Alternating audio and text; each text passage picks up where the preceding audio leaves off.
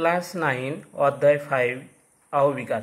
আহবিকার থেকে 10টা প্রশ্ন দিয়েছি, সেগুলো উত্তর সহ ব্যাখ্যা করছি। এক, কোন আহবিকার প্রক্রিয়া শিলা পেঁয়াজের খোসার মতো খুলে যায়? এ স্বল্পমোচন, বি জারণ, সি ক্ষুদ্রকণা বিস্ফোরণ, ডি অঙ্গার যোজন। তাহলে উত্তর এ না বি না সি না ডি।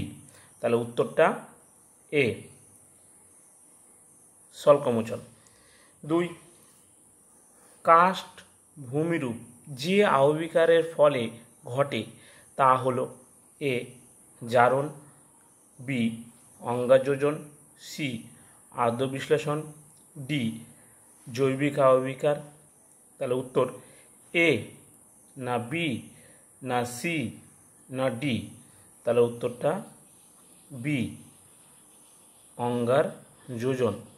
3, কোনটি আহবিকারের সঙ্গে সম্পর্কিত? এ ক্ষয়ীভবন, বি পুঞ্জিত ক্ষয়, সি ভূমি ক্ষয়, ডি রেগোলিথ। তাহলে উত্তর এ না বি না সি না ডি। তাহলে উত্তরটা ডি রেগোলিথ। 4 নাম্বার, শিলায় মরচে পড়ার প্রক্রিয়াটি হলো এ জারণ, বি জলযোজন, সি অঙ্গাযোজন, ডি আর্দ্র বিশ্লেষণ। এ না বি না সি না ডি। তাহলে উত্তরটা এ জারণ। 5 নাম্বার, আহবিকারের অপর নাম? এ ক্ষয়ীভবন, বি নগ্নীভবন, সি বিচ্ছিন্ন ভবন, ডি পুঞ্জিত ক্ষয়। তাহলে উত্তর এ না বি না সি না ডি। তাহলে উত্তরটা সি বিচ্ছিন্ন ভবন। 6 নাম্বার, ডুরিকাস সৃষ্টি হয় এ যান্ত্রিক, বি রাসায়নিক, সি জৈবিক আহবিকার, এটা ডি পুঞ্জিত ক্ষয় এর ফলে। তাহলে উত্তরটা এ না বি না সি না ডি। তাহলে উত্তরটা বি রাসায়নিক আহবিকার। রেগোলিথ সৃষ্টি হয় কোন আহবিকারে? এ যান্ত্রিক, বি রাসায়নিক, সি কলয়েড প্যাকিং, ডি জৈব আহবিকার। উত্তর এ না বি না সি না ডি। তাহলে উত্তরটা এ যান্ত্রিক আহবিকার। 8 নাম্বার, শিলা যান্ত্রিক পদ্ধতিতে চূর্ণ বিচ্ছিন্ন ও রাসায়নিক পদ্ধতিতে বিয়োজিত হওয়ার প্রক্রিয়া হলো এ আহবিকার, বি ক্ষয়ীভবন, সি নগ্নীভবন, ডি পুঞ্জিত ক্ষয়। তাহলে উত্তর এ না বি না সি না ডি। তাহলে উত্তরটা এ আহবিকার। নগ্নীভবন ঘটে এ আহবিকার, বি ক্ষয়ীভবন, সি পুঞ্জিত ক্ষয়, ডি উল্লেখিত 3টি কারণ, 1 2 3 উল্লেখিত 3টি কারণ। কোনটা? উত্তর এ না বি না সি না ডি। তাহলে উত্তরটা ডি উল্লেখিত 3টি কারণের জন্য। 10, উপগোলাকার আহবিকার হলো আসলে এ পিণ্ড বিস্ফোরণ, বি জারণ, সি স্বল্পমোচন, ডি অঙ্গাযোজন আহবিকার। তাহলে উত্তর এ না বি না সি না ডি। তাহলে উত্তরটা সি স্বল্পমোচন। তাহলে এই 10টা প্রশ্ন হয়ে গেল। এবার প্রথমে আমি চলে যাই, এবার বাকি যে জারণ, ক্ষুদ্রকণা বিস্ফোরণ, অঙ্গার যোজন, এগুলোও তো জানা দরকার। তাহলে 1 নম্বর প্রশ্ন, কোন আহবিকার প্রক্রিয়ায় শিলা পেঁয়াজের খোসার মতন খুলে যায়? তাহলে উত্তরটা স্বল্পমোচন। তাহলে স্বল্পমোচন সম্পর্কে একটু দেখে নিই। স্বল্পমোচন উত্তরটা, যে যান্ত্রিক আহবিকার প্রক্রিয়া গ্রানাইট জাতীয় সমসত্ব আগ্নেয় শিলার ওপরে স্তর পেঁয়াজের খোসার মতন খুলে বেরিয়ে আসে তাকে স্বল্পমোচন বলে। দেখো এখানে সূর্যের আলো পড়ছে কোনো একটা শিলাখণ্ডের ওপর মরুভূমিতে, তাহলে উপরের অংশটা কী হচ্ছে, পেঁয়াজের খোসার মতন খুলে চলেছে প্রধান শিলা থেকে, এটা কি বলছে স্বল্পমোচন। যেমন মামা ভাগ্নে পাহাড়, বীরভূমে যে মামা ভাগ্নে পাহাড় বা টিলা ইংরেজিতে বলে, বীরভূমের জেলায় পশ্চিমবঙ্গের মালভূমি এই যে টিলা বা পাহাড়গুলোকে আবার স্থানীয় ভাষায় ডুংরি বলা হয়। খাত ডাই, তারপরে টিলহা পুরুলিয়াতে ঢিপি নামে পরিচিত। ভূতাত্ত্বিকভাবে মৌনাডোনক বলে, তারা পাহাড়গুলোকে মৌনাডোনক বলে। এটা পশ্চিমবঙ্গে, কিন্তু পশ্চিমবঙ্গের মালভূমিতে স্থানীয় ভাষায় ডুংরি বলা হচ্ছে, আর ভূগোলের ভাষায় দিক থেকে মৌনাডোনক। মরুভূমিতে টিলাগুলোকে ইনসেলবার্ড বলে। এছাড়া তামিলনাড়ুতে কৃষ্ণ ভেলাই পান্থ স্বল্পমোচন দেখা যায়, এছাড়াও দেখা যায় এখানে। এবার স্বল্পমোচন থেকে, স্বল্প শব্দের অর্থ হচ্ছে খোসা বা ছাল, মোচন শব্দের অর্থ হচ্ছে ত্যাগ। স্বল্পমোচন শব্দের অর্থ হলো কি, তাহলে শিলা খোসা উঠে আসা। স্বল্পমোচনের অপর নাম অনিয়ন ওয়েদারিং, মানে পেঁয়াজ। গোলাকার আহবিকার, গোলাক আকৃতি আহবিকার ইত্যাদি নামে পরিচিত। স্বল্পমোচন শিলা হচ্ছে গ্রানাইটে বেশি দেখা যায়, এছাড়া ধরো নিজ শিলা দেখা যায়, সমকেন্দ্রিক সমসত্ব শিলা দেখা যায়, স্তরযুক্ত শিলা পাতীয় বিভক্তি, মানে এই পাত পাত আকারে বেরিয়ে চলে আসছে, স্পেলেশন দ্বারাই পেঁয়াজের খোসার মতন খুলে যায়। এই হয়ে গেল স্বল্পমোচন হবে। 2 নাম্বার চলে যায়। 2 নাম্বার জারণ সম্পর্কে। জারণটা কি? জারণ হচ্ছে রাসায়নিক আহবিকারের একটা অংশ। জারণ যে প্রক্রিয়ায় শিলা গঠনকারী খনিজের সঙ্গে অক্সিজেন, তাহলে ধরো এই একটা শিলাখণ্ড, এটার সঙ্গে শিলাখণ্ডের সঙ্গে অক্সিজেন যুক্ত হয়ে আহবিকার ঘটায়, মানে ভেঙে দিচ্ছে, সেটাকে জারণ বা অক্সিডেশন বলা হয়। যেমন এই প্রক্রিয়ায় ম্যাগনেটাইট জারণ হয়ে লিমোনাইটে পরিণত হয়। অর্থ অক্সিজেনের সংযোগ দ্বারাই শিলা বিয়োজিত হয়। বিশ্বব্যাপী অক্সিডেশন নামে বেশি প্রচলিত হয়। শিলা মরচে পড়ে, ওই যে লোহাকে জলে ফেলে দিলে দেখো মরচে পড়ে যায়। ফেরাস অক্সাইড লিমোটাইটে পরিণত হয়। ল্যাটেরাইট মাটি সৃষ্টি করে। হেমাটাইট ও ম্যাগনেটাইট নামক অক্সাইড তৈরি হয়।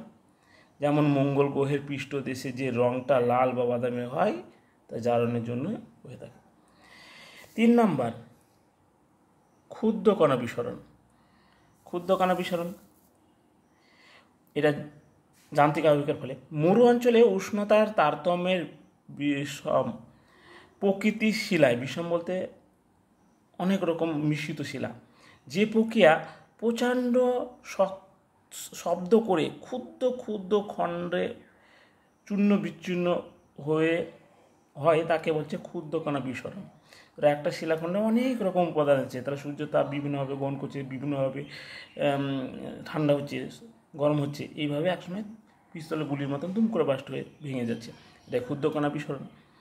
ভারতের সর্বাধিক ক্ষুদ্রকণা বিস্ফোরণ ঘটে থর মরুভূমিতে। ক্ষুদ্রকণা এর অর্থ হচ্ছে দানা দানা ছোট কণাকে বোঝাচ্ছে। বিস্ফোরণ এর অর্থ হচ্ছে ভাঙন। ক্ষুদ্রকণা বিস্ফোরণের অর্থ হলো তাহলে দানা দানা ছোট কণা শিলার ভাঙন। অসমসত্ব শিলায় সমান সেলাই হয় না, সেলাই ঘটে থাকে। গ্রানাইট, বেলে পাথর শিলায় কার্যকারী বিষয় হয়। শব্দ প্রক্রিয়াটা মানে বন্দুকের গুলির মতন বাস্ট হয়ে যায়, মরুভূমিতে দেখা যায়। ইনসেল বার্ড ভূমিরূপ সৃষ্টি হয়। ইনসেল বার্ড তো পাহাড়, আগে বললাম, এখানে বললাম যে ইনসেল বার্ড, এই যে ইনসেল বার্ড মরুভূমিতে যে টিলা দেখা যাচ্ছে। এবার ডি চলে যায় অঙ্গার যোজন। অঙ্গার যোজন এটা রাসায়নিক আবির্ভাবের ফলে বৃষ্টির জলের সাথে বায়ুমণ্ডলে কার্বন ডাই অক্সাইড এর মিশ্রণের সৃষ্টি। কার্বনিক অ্যাসিড এর সাথে কার্বনেট সমৃদ্ধ শিলায় বিক্রিয়া দ্বারা শিলা ও খনিজ বিয়োজনকারী রাসায়নিক আবির্ভাবকে অঙ্গাযোজন বলে। মানে ধরো এই একটা শিলা এই বায়ুমণ্ডল থেকে কী হচ্ছে, কার্বন ডাইঅক্সাইড মানে CO2 আর এইখানে মিলিত হচ্ছে, দিয়ে এই শিলাখণ্ডটাকে ভেঙে দিচ্ছে, তো এইটা হচ্ছে অঙ্গাযোজন বলা। অপর নাম কার্বনেশন বা কার্বনেশন, অপর নাম অঙ্গাযোজন। চুনাপাথর জাতীয় শিলায় এই প্রক্রিয়া সর্বাধিক হয়। চুনাপাথর অঞ্চলে হয়। ডিপস্টোন বা পাতন প্রস্তর বলা হয়। ডিপস্টোন ও পাতন প্রস্তর দেখা যায়। ট্যালাকটাইট ও ট্যালাকমাইট চুনাপাথর গুহায় দেখা যায়। বটের ঝুড়ির মতন চুনাপাথর অঞ্চল থেকে নিচের দিকে নেমে আসে, সেটাকে হচ্ছে ট্যালাকটাইট। আর নিচ থেকে যখন সঞ্চয় হতে উপরে উঠে সেটা ট্যালাকমাইট চুনাপাথর দেখা যায়। টেরা রোজা লাল বা লোহিত মৃত্তিকা সৃষ্টি করে এটার জন্য। এবার 2 নাম্বার, কাস্ট ভূমিরূপ যে আবির্ভাবের ফলে ঘটে তা হলো অঙ্গাযোজন। তাই এই জারণ সম্পর্কে বললাম, আদ্য বিশ্লেষণ সম্পর্কে বলা হয়নি, আদ্য বিশ্লেষণ থেকে লিখ। আদ্য বিশ্লেষণ জল, হাইড্রোজেন ও হাইড্রোক্লিন আয়নে বিশ্লেষণ হয়ে শিলার মধ্যস্থিত খনিজ সঙ্গে রাসায়নিক বিক্রিয়া করলে তাকে আদ্য বিশ্লেষণ বলে।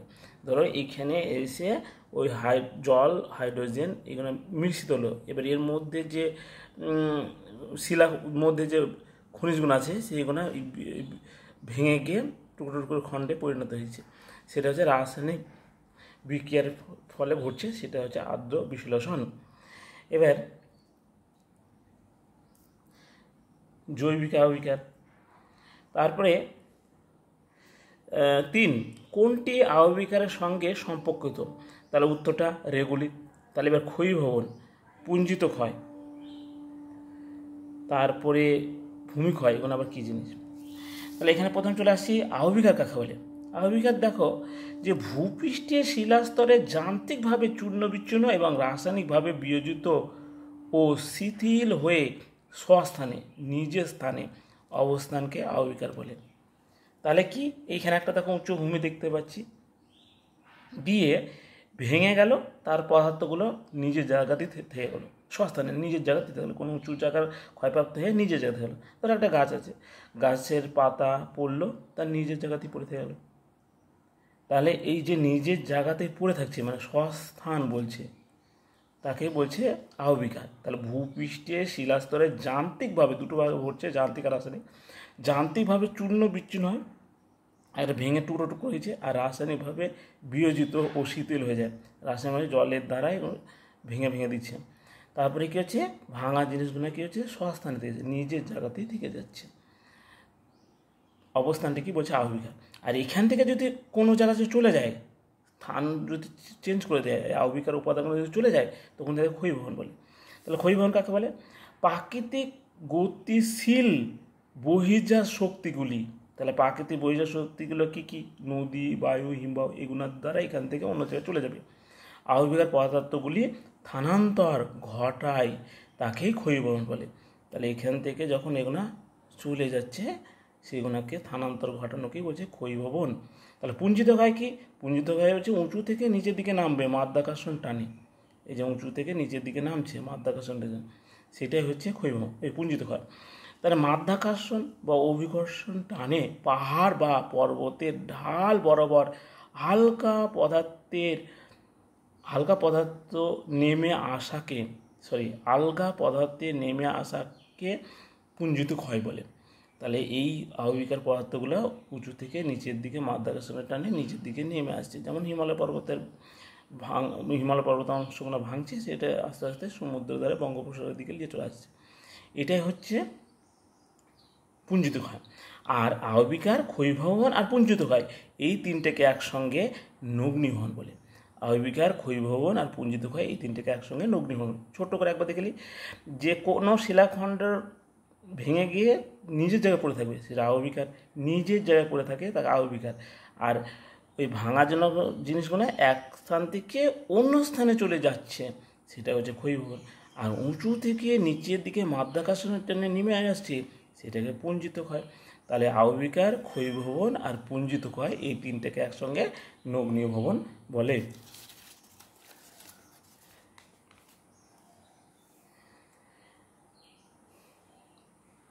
তারপরে ধরো 4 নম্বর, শিলা মরচে পড়ার প্রক্রিয়াটা কি বলা হয়? জারণ।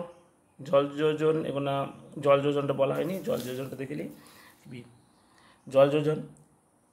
শিলার মধ্যস্থিত খনিজের সঙ্গে জল, মানে জলের সংকেত H2O যুক্ত হলে যে রাসায়নিক আবহবিকা ঘটে তাকে জলযোজন বলে। এখান থেকে জলটা এই শিলাতে সে মিশলো, মিশে এই শিলাটাকে ভেঙে দিচ্ছে, তাহলে এই ভেঙে দেওয়াটা কি বলছে? জলযোজন। অপর নাম যেমন হাইড্রেশন। 6 নম্বর, ডুরিকার সৃষ্টি হয় তা রাসায়নিক আবহবিকার ফলে। তাহলে যান্ত্রিক আবহবিকা কাকে বলে? যান্ত্রিক আবহবিকার শিলাস্তরে উষ্ণতা দ্রুত পরিবর্তন, কেলাস গঠন, চাপের হ্রাস বৃদ্ধি ইত্যাদির প্রভাবে শিলা চূর্ণ বিচ্ছিন্ন হওয়াকে যান্ত্রিক আবহবিকার বলে। এটা একটা ভৌত প্রক্রিয়া। প্রথম ব্যবহার করেছেন জন প্লেফেয়ার। তাহলে যান্ত্রিক আবহবিকাটা কি? কোনো উষ্ণ অঞ্চলে শিলাখণ্ড কী হচ্ছে? কোনো উষ্ণ অঞ্চলে শিলাখণ্ডটা ভেঙে যাচ্ছে, গরম এলাকায় ঘটে যান্ত্রিক আবহবিকা। তারপরে জৈবিক আবহবিকা। জৈবিক আবহবিকা হচ্ছে উদ্ভিদ, পানি আর ছোট্ট ছোট্ট জীবাণু দ্বারাই যখন সংগঠিত আবহবিকাকে জৈবিক আবহবিকার বলে। ভেঙে দিচ্ছে সেটাকে। ধরো গাছ কোনো পুরনো বাড়ির ওপরে ছোট্ট একটা গাছ হলো, দিয়ে ওটা আস্তে আস্তে করছে, শিকড়টার দ্বারাই গাছটাকে দেখবে ভেঙে দিচ্ছে, তাহলে ওটা উদ্ভিদের দ্বারাই শিলাখণ্ডটাকে ভেঙে দিচ্ছে। আবার কোনো জায়গাতে এঁদোর, তারপরে তোমার বিভিন্ন সাপ, এসব দেখবে গর্তের ভিতর ঢুকে পড়ছে না, দিয়ে ওই মাটিগুলোকে কী করছে? ভেঙে দিচ্ছে, মানে শিলাগুলোকে ভেঙে দিচ্ছে। ওটা হচ্ছে পানির দ্বারা, আর উদ্ভিদের শিকড় দ্বারাই, আর পানির দ্বারা, আর ছোটো ছোটো জীবাণুর দ্বারাই শিলাখণ্ড যখন ভেঙে দেয় সেটা হচ্ছে জৈবিক আবহবিকার। 7 নম্বর, রেগোলিথ সৃষ্টি হয় কোন আবহবিকারে? তা যান্ত্রিক আবহবিকারে। তাহলে রাসায়নিক আবহবিকার সম্পর্কে বলিনি। তাহলে সি কলয়েড প্যাকিং। কলয়েড প্যাকিংটা কি? কলয়েড শব্দের অর্থ আঠা। খনিজ ও জৈব সংমিশ্রণে সৃষ্টি মাটির এক প্রকার আঠালো উপাদান হলো কলয়েড। মাটিটাকে যে ধরে রাখছে, চেপে ধরে রাখছে, সেটাকে হচ্ছে কলয়েড, সবকে ধরে রেখেছে। এই কলয়েড ধর্মের জন্য শিলার গায়ে লেগে থাকা মাটি শুকিয়ে পড়ে যাওয়ার সময় শিলার গা থেকে কিছু অংশ উৎপাটন, মানে প্যাকিং করে, তাকে কলয়েড উৎপাটন বা কলয়েড প্যাকিং বলে। তাহলে কলয়েড প্যাকিং হলো। এবার 9 নম্বর, নগ্নীভবন ঘটে